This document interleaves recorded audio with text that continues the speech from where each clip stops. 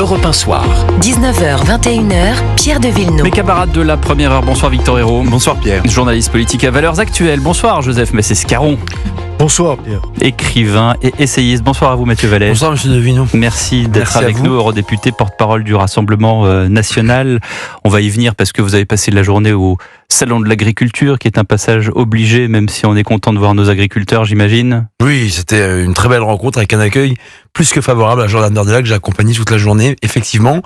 Et on nous a confirmé que non seulement il fallait lutter jusqu'au bout contre le Mercosur, mais aussi que le Green Deal, l'affaire à la fourchette, c'est-à-dire ce texte de Bruxelles et de Madame von der Leyen, la présidente de la Commission, qui met à genoux nos agriculteurs et nos producteurs face à la concurrence mondiale et à la dignité de production, devait être aussi aboli. Et on a porté cette initiative au Parlement européen. Donc beaucoup de sujets, effectivement, avec nos agriculteurs, dont on est fiers d'être les premiers défenseurs et les premiers porte-voix au sein de cette Union européenne débridée qui ne leur fait pas de cadeaux. Comment est-ce que vous avez réagi à l'arrivée, alors je ne sais pas si c'est une arrivée surprise, vous avez peut-être des informations de Rima Hassan en Israël, qui est aussitôt reparti.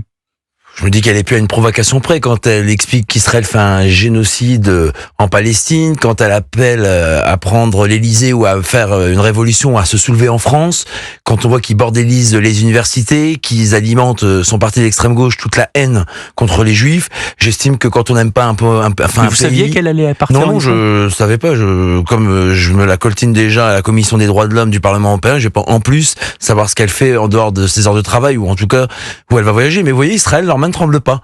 Les gens qui détestent leur pays, les gens qui ne sont pas finalement dans cette optique d'être respectueux du pays où ils vont, ils ne les accueillent pas. Voilà. Donc nous on accueille tous ceux qui nous crachent dessus en permanence. Israël, ils ont peut-être un peu plus de courage et en tout cas les gens qui les détestent ne rentrent pas. Une séquence que vous allez écouter avec nous, Mathieu Vallet, et on en parle juste après. François Bayrou juge inacceptable l'attitude de l'Algérie qui par 10 fois a refusé de reprendre le ressortissant algérien qui s'en est pris à cet homme de 69 ans à Mulhouse et qui en est mort.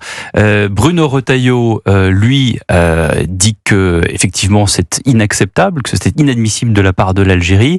Un autre son de cloche, et on va l'entendre également, celui de Jean-Noël Barrot. On commence par le ministre de l'Intérieur. Il va être interpellé en 2023 et ensuite condamné pour apologie du terrorisme. Il va écoper de 6 mois de prison. Il va être libéré 50 jours avant le terme de sa peine. Notre administration, à 10 reprises, va relancer les autorités algériennes, notamment le consulat, pour obtenir un laissez-passer consulaire que nous n'obtiendrons jamais. À partir de là, on n'a plus qu'une seule solution, c'est l'assignation à résidence. Il aura une obligation journalière, quotidienne, de passer au commissariat pour pointer. Je suis partisan, puisque la méthode douce a été utilisée avec l'Algérie, de poser un rapport de force. La méthode douce ne marche pas, dit Bruno Retailleau. Au contraire, dit Jean-Noël Barrot, au grand rendez-vous européen CNews Les Échos hier.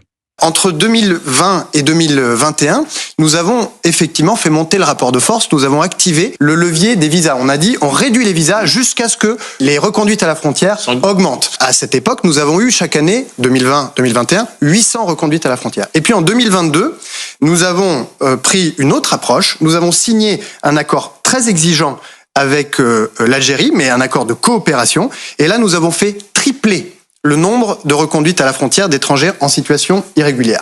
Alors maintenant, il y a une situation de crise, de tension forte avec l'Algérie.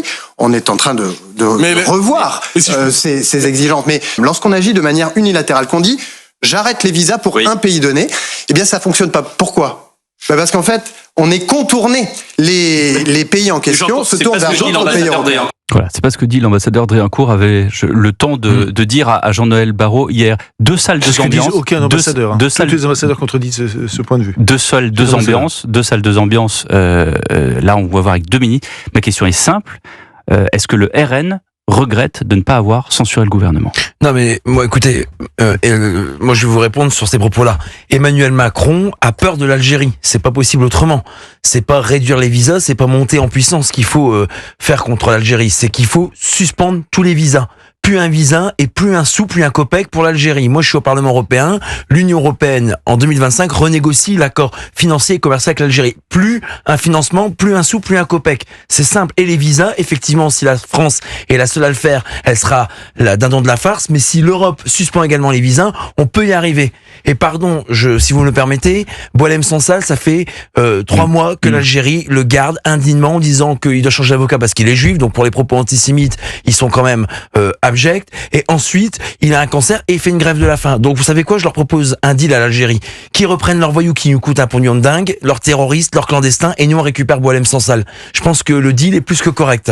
Et moi ce qui m'agace, c'est que non seulement il faut que l'Algérie récupère ses clandestins, ses voyous, et tous celles et tous ceux qui professent des menaces ou des promesses d'attentats ou d'exactions violentes sur le territoire national, et qui nous remboursent sous le pognon de dingue que ça nous coûte. Vous avez vu Zazou Youssef, ce TikToker à Montpellier qui a pris 18 mois ferme, 10 ans d'interdiction de paraître sur le territoire national, mais en attendant, on va l'engraisser et on va encore payer en prison durant sa détention. Donc j'espère qu'à l'issue, il reprendra l'avion qu'on va encore payer et que l'Algérie va le récupérer. Enfin, il y a dans aucun autre pays du monde où un État ne récupère pas ses ressortissants. Donc l'Algérie, ils sont bien gentils, ils nous prennent vraiment pour des crasseux, je suis désolé de le dire, parce qu'ils disent, comme ils sont pas fréquentables, comme c'est des voyous, comme c'est des criminels, et gardez-les, comme ça fait moins de victimes sûrement chez nous. Mais en attendant, c'est nous qui avons des victimes. Et j'ai un dernier mot, vous l'avez dit, pour Lino Sousa, ce Portugais de 69 ans, qui a été courageux, qui démontre que le civisme est encore existant en France et qui a payé de sa vie la volonté de s'interposer dans l'attaque terroriste qu'on a connue à Mulhouse ce week-end, où ce terroriste islamiste a voulu tuer des policiers municipaux tels que on a comme information. Et pardon, oui, il était soi-disant atteint de troubles psychiatriques, mais en fin de façon, faut pas avoir fait l'ENA et avoir fait Sciences Po ou Saint-Cyr pour tuer des gens avec un tournevis, un couteau, avec des objets contondants ou avec des armes. Hein. Voilà, dans France, on a des gens qui ont des problèmes psychiatriques et c'est pas tous des meurtriers, des assassins ou des terroristes. Donc l'excuse de la psychiatrie et de l'aspect mental, c'est bon, ça commence aussi à me gonfler. Je parlais de lui, Xavier Driancourt, l'ambassadeur, sera l'invité de Dimitri Pavlenko demain à 7h10. Joseph Massescaron, qui écrit des notes, oui, fait même des dessins. Il y a une partie, mais non, mais pas du tout. Non, juste, il y a une partie de la question posée par Pierre à laquelle vous n'avez pas répondu. Ah, pour la censure ? Oui. Non, mais moi, je suis pas de l'extrême gauche et on veut pas bordéliser le pays en se faisant plaisir pour faire des censures et faire passer des premiers ministres les uns après les autres. De toute façon, si on fait tomber ce gouvernement-là, on va avoir qui ? On va encore avoir un premier ministre qui soit vient de la Macronie, soit d'un de ses partis alliés comme monsieur Bayrou qui est du Modem.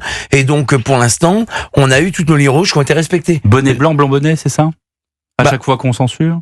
De toute façon, monsieur vous auriez préféré que Barnier continue par rapport à Non, on aurait préféré que monsieur Barnier nous écoute avant et qu'il discute avant pour qu'on puisse avoir un budget qui tient la route. Vous pouvez regretter finalement que ce soit plus Barnier. Non, on regrette absolument pas. On est fiers d'avoir censuré ce gouvernement, non pas pour se faire plaisir, mais parce que on a protégé les factures d'électricité, on a protégé les Français des remboursements de médicaments, on a protégé les retraités d'une baisse de leur pension.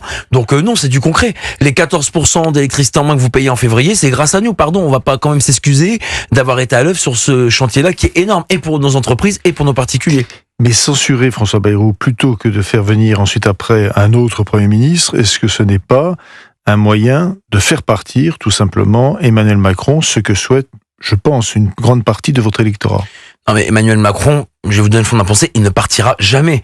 La place, elle est bonne, il a été élu pour 5 ans, et de toute façon, il a déjà eu 4 premiers ministres en 1 an, et c'est pas lui qui partira.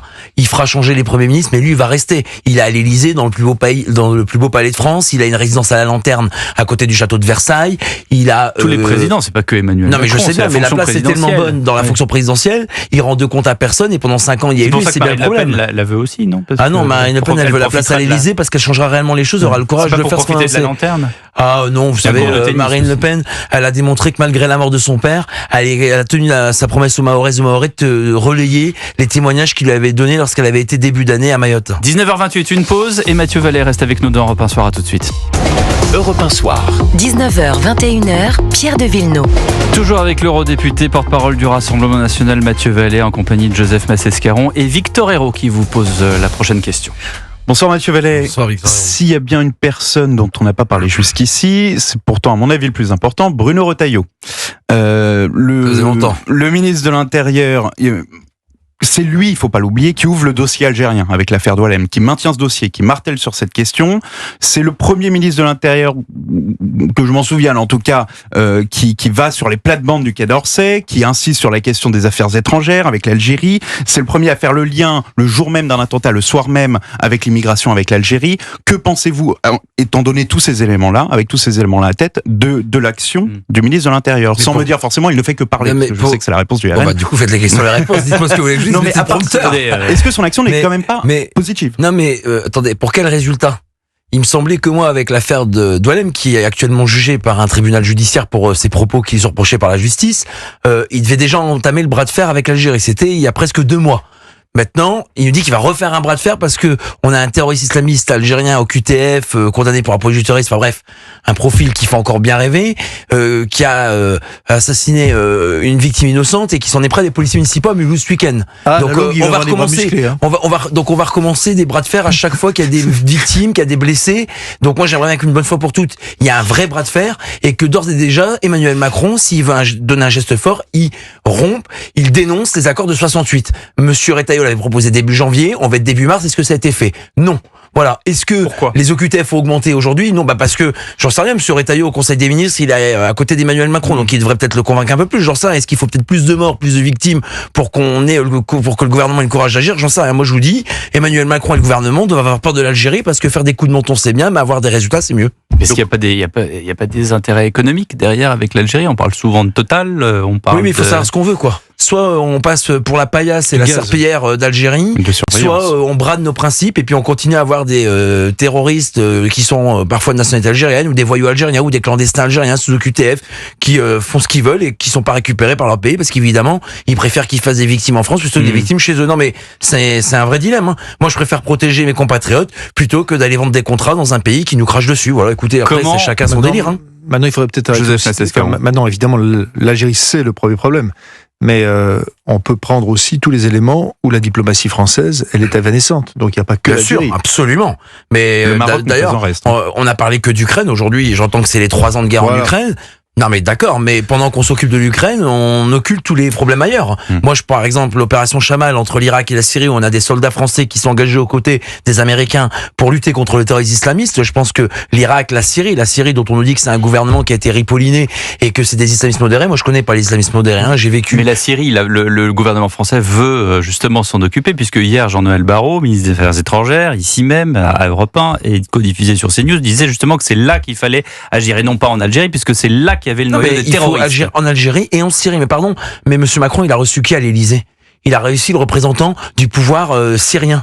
Pardon, mais j'ai été écœuré, quoi. Moi, recevoir des gens qui viennent de Daesh et d'Al-Qaïda, même si aujourd'hui ils sont en responsabilité en Syrie, qu'on discute avec eux, d'accord, mais les recevoir en grande pompe à l'Élysée, non. Je suis désolé, moi je déroule pas le tapis rouge aux terroristes islamistes et à des gens qui ont envoyé des djihadistes faire la guerre et massacrer plus de 300 personnes dans notre pays. On est le pays en Europe, la France, qui ont été le plus touché par le terrorisme islamiste. Moi je l'ai vécu sur les attentats du 13 novembre sur les terrasses. J'oublierai jamais le visage de ces jeunes criblés de balles, par les kalachnikovs des terroristes islamistes. Jamais, monsieur Devino. Vous étiez justement en fonction et vous étiez policier. Comment est-ce que le policier a réagi à l'interpellation à Bucarest de Mohamed Amra? Un grand soulagement, et j'ai d'abord pensé à cette petite fille d'Arnaud, l'un des 2 agents pénitentiaires qui a été exécuté d'une balle dans la tête par ce commando qui a libéré ce fugitif criminel Mohamed Amra.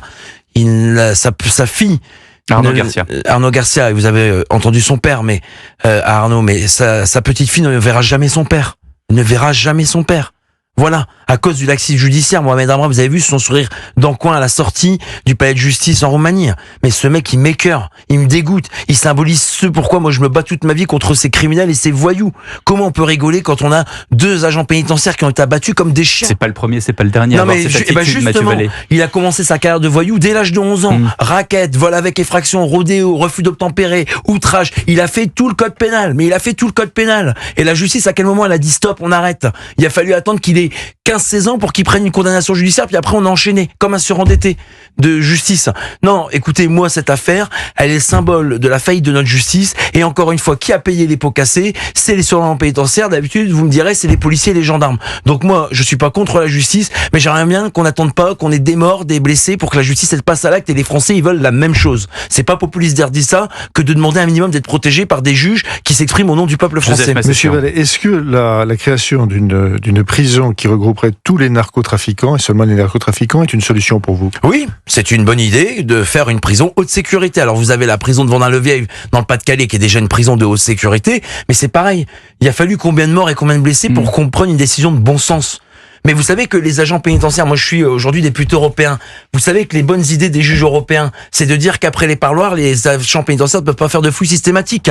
On sait que les parloirs, il y a des couteaux en céramique qui peuvent passer, il y a des téléphones, il y a des matières stupéfiantes, il y a des objets interdits, il y a des objets dangereux. C'est une mesure de bon sens. On protège qui? On protège l'administration pénitentiaire d'individus qui peuvent commettre des exactions en prison, ou on protège les détenus, soi-disant dans leur dignité, en empêchant les surveillants de faire des fouilles après les parloirs? Pardonnez-moi, vous pensez qu'avec 100 personnes, par exemple, qui auraient le même profil à peu près que M. Amra, regroupées, est-ce que les personnes de l'administration pénitentiaire, mais surtout leurs familles, ne seraient pas en danger? Et comment les protéger? Moi, je vais vous dire tout simplement. Vous voulez mon avis sur la prison de haute sécurité? C'est ce que je vous demande. Il faut leur pourrir la vie à ces détenus. Il faut pas de télé, il faut pas de téléphone, il faut 1 heure de promenade par jour, il faut des parloirs réduits à leur strict minimum, il faut les isoler et il faut qu'on leur mène la vie dure. Ces gens-là, c'est pas des gens qui volent du jambon chez Franprix. C'est des gens qui font partie de mafia, qui font partie d'organisations criminelles, qui font des victimes, que ça soit par du stup, que ça soit par de la criminalité organisée, que ça soit parfois par du proxénétisme ou que ça soit aussi parfois par des réseaux tels qu'on le découvre actuellement. Madame Laure Becchio, la procureure de Paris sur l'affaire Amra l'a dit, il y a une véritable organisation criminelle qui a été mise au jour. Vous imaginez 25 personnes interpellées grâce à la brigade de recherche et d'intervention de la police judiciaire, grâce à l'Office central de lutte contre la criminalité organisée, que j'oublie pas. Donc moi, ces détenus, il faut qu'ils aient la vie impossible en prison. Faut arrêter de considérer que la réinsertion, c'est la première chose. Non. Monsieur Amra, il est irrécupérable. Pour moi, il doit rester le reste de sa vie à moisir en prison. Comme ça, on protégera des gens. Dans une de ces prisons de haute sécurité qui ont été annoncées par le gouvernement. Autre annonce du gouvernement, et ça a été annoncé hier sur Europe 1 et CNews par justement Jean-Noël Barrot, ce conseil interministériel de contrôle de l'immigration. Comité Théodule ou quelque chose d'efficace? Non, mais alors je sais pas, il fait un comité pourquoi quand M. Barrot? On a déjà plus de sous et il crée des comités. C'est M. Bayrou en l'occurrence. Ah pardon, oui, pardon, je propose que M. Barrot veut faire un comité sur l'agence de l'aide au développement que on a compris qu'il finançait le monde entier alors qu'on n'avait plus un rond dans les caisses de l'État, et M. Bayrou va faire un autre comité. Il va faire un autre comité, d'accord, ok. Bon bah écoutez, tant qu'on crée des comités avec des secrétariats, avec des notes de frais, avec des membres, sous le dos des Français, avec l'argent des Français, tant mieux. Si ça leur fait plaisir, mais ça arrange pas les problèmes. Mais je crois que ce conseil interministériel contre l'immigration était prévu avant et que c'était censé être un conseil assez récurrent pour concerter tout le gouvernement. L'annonce a été faite hier. Selon l'idée, oui, mais je crois que justement Jean-Noël Barrot, là, en sortant cette annonce-là, surfe, pardonnez-moi l'expression, sur ce conseil interministériel qui était déjà prévu avant cette attaque. Non, mais en réalité, c'est une initiative de Bruno Retailleau. Encore une fois, je dis rien. Non, mais on a l'Agence française du développement qui finance le monde entier, qui finance la Chine, qui finance les pays du Maghreb, qui finance... Et ça, on fait quoi? On arrête? Mais bien sûr qu'on arrête. Non seulement, mais non, mais c'est comme l'agence de développement et de maîtrise de l'ingénierie, l'ADEME. Elle nous explique combien de fois il faut changer de culottes, de caleçons et de vêtements. Mais bien sûr, mais il faut faire des économies. Il faut commencer par toutes ces agences de l'État. Non, mais pardon, on peut couper les vivres et les fonctionnements de ces institutions sans pour autant être. Non, mais on rigole finalement. C'est peut-être. Enfin, moi, ça fait pas rigoler. Non, mais la méthode Milei est peut-être la bonne. Oui, mais ça nous coûte un pognon de dingue. Voilà, on doit faire des économies. Est-ce qu'on doit s'inspirer de Javier Milei et de Elon Musk qui coupe les crédits aussi? Non, mais on n'a qu'à s'inspirer de nos propositions françaises. Vous voyez, Cyril Hanouna sur C8 va voir sa chaîne fermée, Énergie 12 pareil, par la chaîne du groupe, par une agence qui n'est élue par personne, qui rend de compte à personne, qui nous coûte 46 millions d'euros par an. J'ai fait une vidéo où j'ai expliqué parce que c'était affolant, et derrière on a le Conseil d'État qui visiblement ne doit pas servir à grand chose puisqu'ils ont entériné, malgré l'audience, cette décision sans que le peuple français ait eu son mot à dire, alors que c'est la première chaîne de la TNT. Voilà, moi je trouve que Cyril Hanouna, on peut aimer ou ne pas aimer, mais en tout cas, il a réconcilié une partie des Français avec la politique. Moi, par exemple, dans son émission Face à Baba, il a invité tous les candidates et les candidats qui ont bien voulu la présidentielle à aller sur son plateau. Et ben, j'ai trouvé ça intéressant, j'ai trouvé ça très mesuré, j'ai trouvé ça une approche différente des autres chaînes. Et pardon, mais la démocratie, c'est pas de faire fermer la bouche à ceux avec qui on n'est pas d'accord, c'est de permettre à tout le monde de pouvoir s'exprimer. Voltaire disait, je ne suis pas d'accord avec ce que vous dites, mais je me battrai pour que vous puissiez le dire. Je pense que toutes ces agences qui, malheureusement, ne sont pas très démocrates, elles feraient bien de s'inspirer de nos siècles des Lumières qui, eux, ont un lourd héritage et une lourde responsabilité positive, évidemment, dans la République aujourd'hui. Première chaîne de la TNT, plus de 300 personnes qui sont employées. Quand sur France Info, ils disent Bardella, ballon de baudruche, quand ils disent qu'ils ont libéré Israël des otages palestiniens, alors que c'est des gens détenus, condamnés pour des faits terroristes notamment, quand on nous explique sur France 5 est-ce que le Hamas est dangereux alors qu'on vient de voir les bébés Bibas, pardon, mais l'Arcom, elle fait quoi? Ils s'endorment? Et ils mangent au quand restaurant, vous voyez, peut-être justement, ils mangent au restaurant. Ils ont été surpris par des journalistes du JDD qui ont vu que justement, qui ont dit, Jules Torres, qui a dit que que ces gens-là ont dit Cyril Hanouna, on l'a viré, on a fait notre boulot. Qu'est-ce que vous au lieu de faire un comité d'interministériel, le Théodule, que ça soit M. Barrault pour l'Agence française de développement, parce que je crois qu'il n'y a pas besoin de faire un comité pour savoir qu'on n'a plus d'argent à donner au monde entier, ou sur l'immigration, parce qu'on sait très bien ce que les Français veulent. Ils veulent un référendum où on dit stop à l'immigration. Moi, je dis simplement, il faut une commission d'enquête. Il faut une enquête sur les faits que vos confrères du journal du dimanche, notamment, ont évoqués par rapport à ces propos entendus dans un restaurant par des agents prétendument de l'Arcom. Voilà, faut une commission d'enquête pour faire la lumière sur ces faits qui, s'ils sont avérés, ça serait quand même quelque chose de très grave. Et vous participerez à cette commission d'enquête? C'est les députés nationaux, mais bien sûr. Écoutez, nous, on n'est pas des inquisiteurs comme Monsieur Saint-Toul. Oui, non, mais nous, on n'est pas comme Monsieur Saint-Toul, le député de la France Insoumise, qui avait fait une véritable inquisition auprès de vos confrères de CNews. Je me rappelle de Sonia Mabrouk, Pascal Praud, Laurence Ferrari, entre autres. Et Vincent Bolloré. Vincent Bolloré, entendu comme des malfrats par Monsieur Saint-Toul, qui s'était pris pour un censeur d'âme et un juge Dredd, en fait. Voilà. Enfin, je crois qu'il a raté sa carrière, il a dû faire du cinéma, parce que j'ai l'impression de voir juge Dredd. Il faisait les questions, les réponses, même avec Rachida Dati. Elle est pas de mon camp politique, mais je suis honnête. Vous avez vu comment il l'avait malmené, maltraité. Rachida Dati qui a dit qu'elle recevrait le président de l'Arcom justement sur cette affaire. Merci beaucoup Mathieu Vallet d'avoir été. C'était une émission assez dynamique, comme d'habitude. Mais moi, en tout cas, je suis un fervent défenseur de la liberté d'expression et je pense que fermer C8, c'est finalement enterrer notre liberté d'expression. Merci beaucoup pour votre franchise et pour vos mots, pour tous les salariés de les C8. 400. Exactement. Mais ils vont pouvoir travailler à l'Arcom, parce qu'à l'Arcom, ils recrutent 355 personnes. Peut-être qu'ils doivent avoir de la place.